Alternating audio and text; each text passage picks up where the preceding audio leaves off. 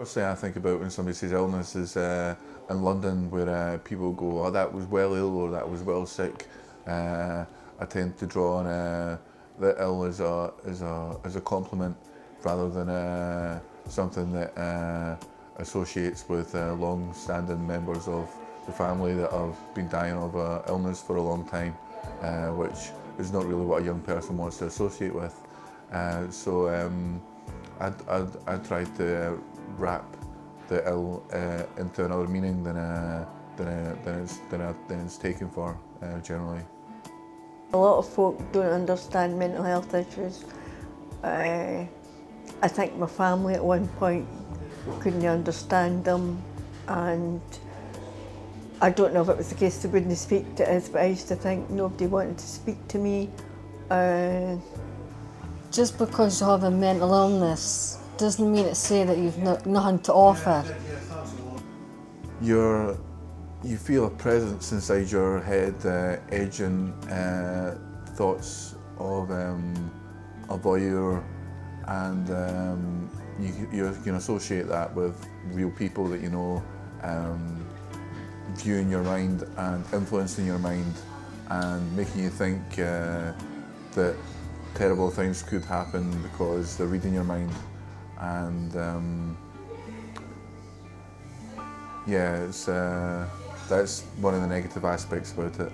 I always say nobody has perfect mental health. If they're saying that they do, it's blatant lies. Everyone's got like a quirk or a thing that they do, you know. So I think when it receives a diagnosis or a label, which it probably shouldn't, that means it probably interferes with their daily well-being and their life in general. So I think that's when it becomes a disorder, when it interferes.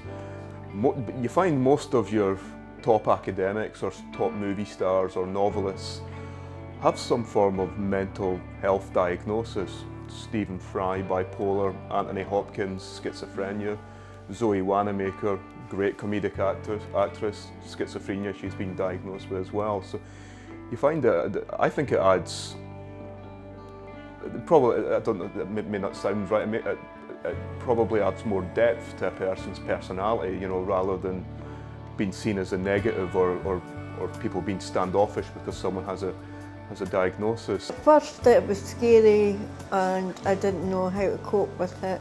I couldn't cope with it. I was banging my head on the wall in the house, not well. I didn't know who to turn to.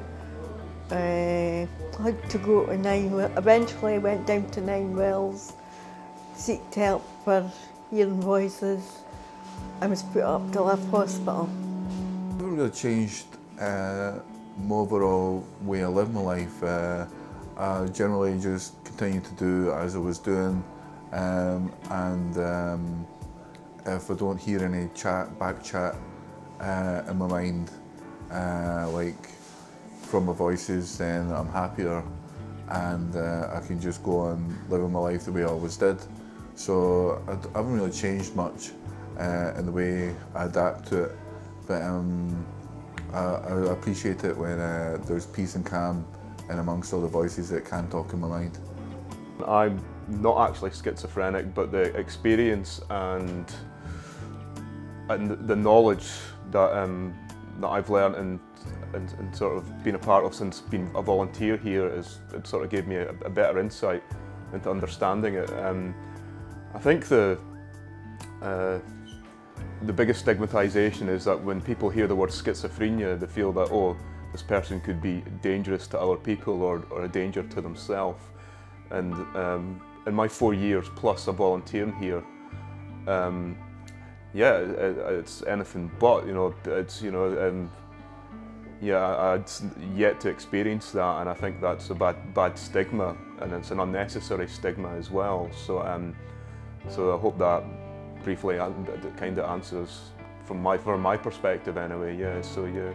Well, to start off with, it was scary thinking I was the only person that heard voices, but once I found out there was a lot more that heard voices, it wasn't so scary after all.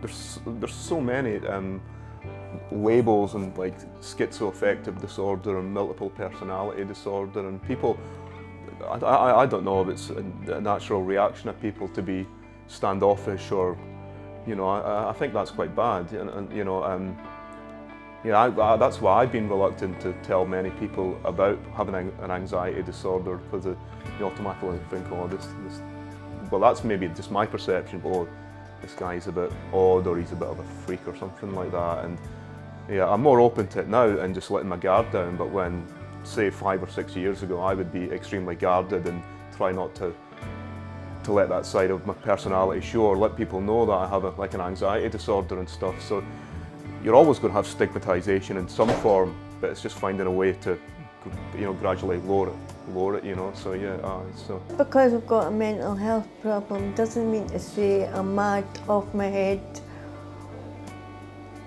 Going dually, I am quite able to cope with everyday life.